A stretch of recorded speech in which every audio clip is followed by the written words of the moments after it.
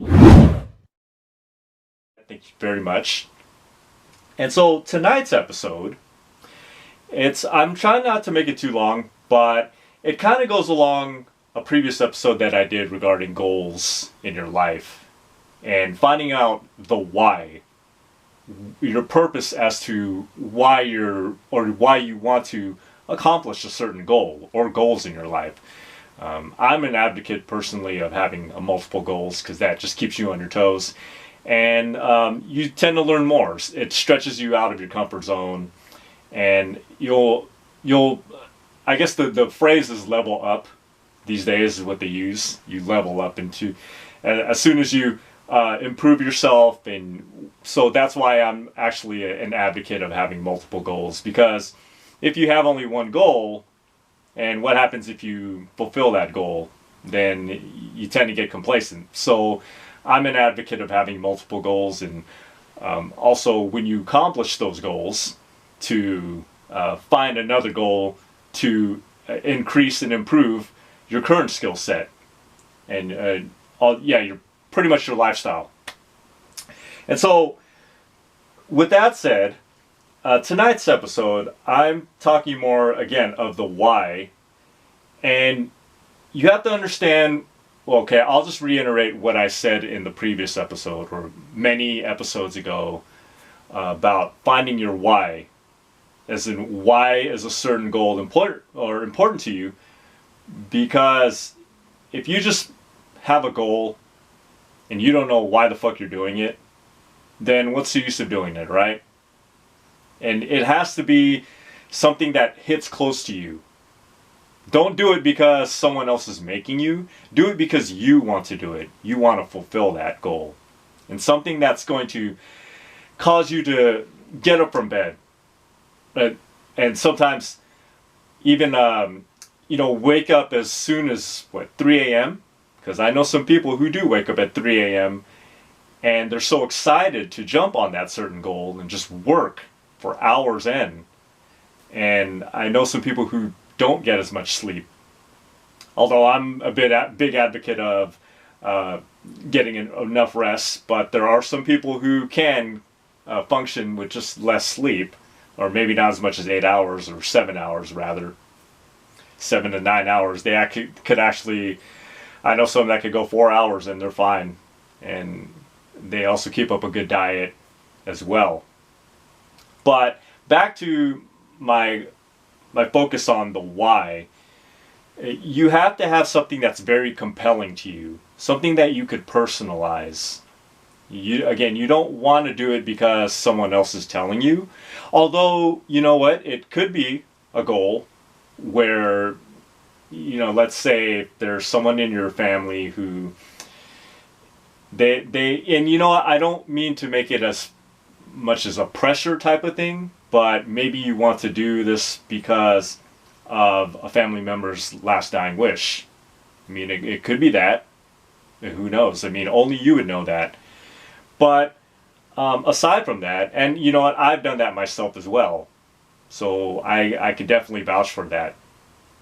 But you also have to have a goal, and you have to find out what the why is, the intent is, because you personally want to make it.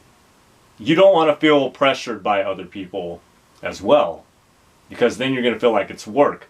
Rather, you want to do it because it really gets you back up in bed, or get you up from bed every morning. Sometimes, I guess 3 a.m., 4 a.m., and you're just right to it working because you're so excited and passionate about what you do. And you may stay up late to work on projects, but you're not as sleepy though. You're so zoned in and focused into your goals because you love it so much and you love the work that you do. So that's pretty much the why as to what I'm talking about, the intent behind your goals, and you have to understand that. So I would highly suggest, if you haven't already, just find that episode. I don't remember what number it is because officially tonight this is my 50th episode, so it felt like everything just came by in a blur. So you'll find it on the list, but it's there where I talk about goals.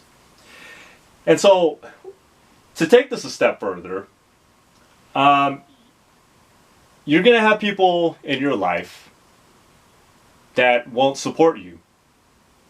And yes, I could speak from experience as well, where I've had a number of people who didn't support me, as family, friends, and I've spoken about this briefly. I've touched on this in a couple of episodes, but it's true. You're going to have family and friends that aren't going to understand why you want to do what you want to do, what your goals are, how you want to make yourself better, and what drives you to work endless hours, virtually endless hours, on some project or some dream that you have, and to where you just become a successful person later and you become so damn great at it.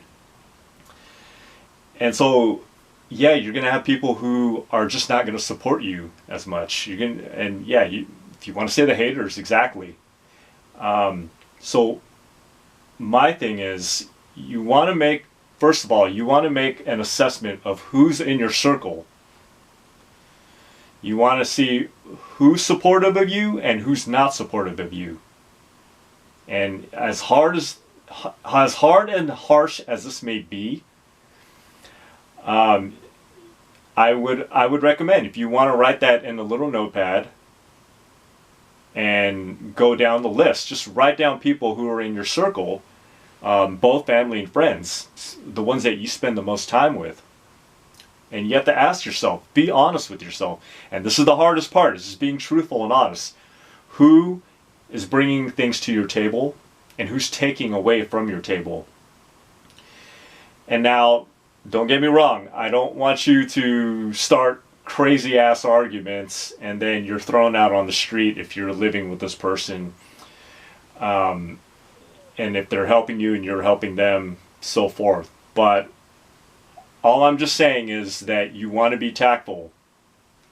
And it depends on your situation. So there are times where you're just going to have to be behind a closed door.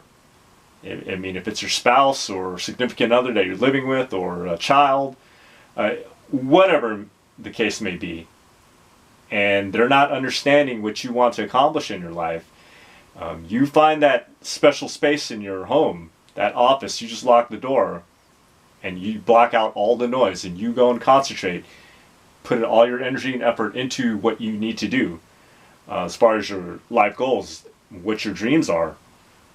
But if you have other things, such as if you could move out, and there are those situations where you could love the person from a distance. I mean, if they're being really toxic and unsupportive, then you really have to ask yourself, what am I doing in this? Like example, I mean, why would you be in a toxic marriage or a toxic dating relationship? And when I say toxic, if they're always abusing you, not only verbally, but if they're hitting you, or they're taking things from you, or they're breaking shit, you gotta ask yourself, why the fuck are you in that relationship? I mean, how is that helping you? And the same thing goes for if you're in a job that you don't like.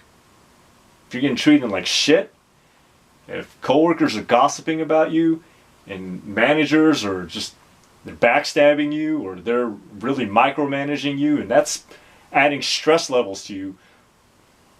I mean, I understand you got to make money, but that shouldn't stop you from finding other sources of income, other jobs. You go and apply, or maybe run your own business, hopefully a legal one. So yeah, I just have